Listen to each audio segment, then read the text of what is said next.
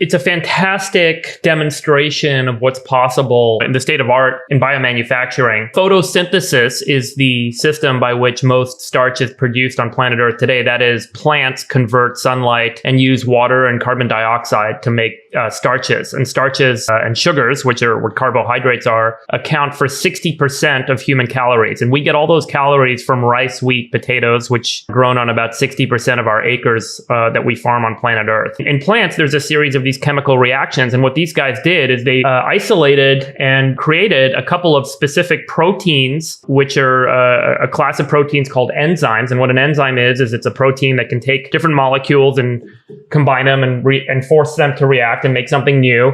And they identified a couple of enzymes and engineered a few enzymes and put them together in a cell-free system, meaning there's no cells involved. It's just a tank with a bunch of fluids in it. They stick in some carbon dioxide that they can suck in from the atmosphere, and they have to drive it with some hydrogen gas, which we can just get from water. And the system basically converts that carbon dioxide into starch, which is being done at a rate that's almost 10 times higher than what we see with corn plants. And I did some back of the envelope math, and my back of the envelope math on what they've demonstrated, and by the way, everything they did is publicly available for reproducibility. This system can produce about 10 grams of starch per liter per day, which would mean it would take about 2.7 trillion liters to suck up all of the carbon dioxide that all of humans are putting in the atmosphere every year from all of industry. That would require about 27 million tanks that are about 40 feet tall and about 8 feet wide. All of those tanks could fit in an area about 25 by 25 miles. You could attach one nuclear reactor to it to suck up the water and convert it into hydrogen gas and feed this system. And those tanks, 25 miles by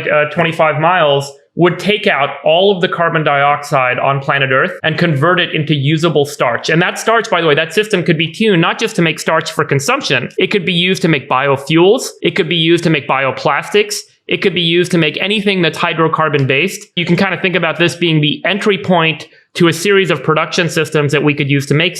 This system alone, what I just described, this 25 mile by 25 mile system, which is tiny, is the equivalent of starch production from 42 US corn belts. If you took all the corn growing in the United States, it's 42 times that is what it would produce. That's my back of the envelope math of kind of what these guys did. Everyone's always like, how are we going to get all this carbon out of the atmosphere? What are we going to do with this?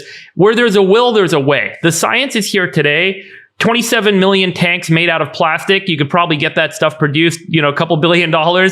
Find a piece of land that's 25 by 25 miles that's near some water and put a nuclear power plant there, and you could suck up all the CO2 in the atmosphere. Yeah, take half that money and go build a plant that uses this system that was just demonstrated and put it in South Texas and suck up ocean water and convert that ocean water into hydrogen gas. By the way, ocean water can be turned into hydrogen gas by running electricity through it. So you're putting a nuclear power plant to make the electricity, you run it through ocean water, you create hydrogen gas, you pump it into these friggin' tanks, and it sucks up all the CO2 and it makes stuff that humans can consume and that we can use. And suddenly you have this abundance of material, you have this abundance of food, and you can turn this into a lot of different things.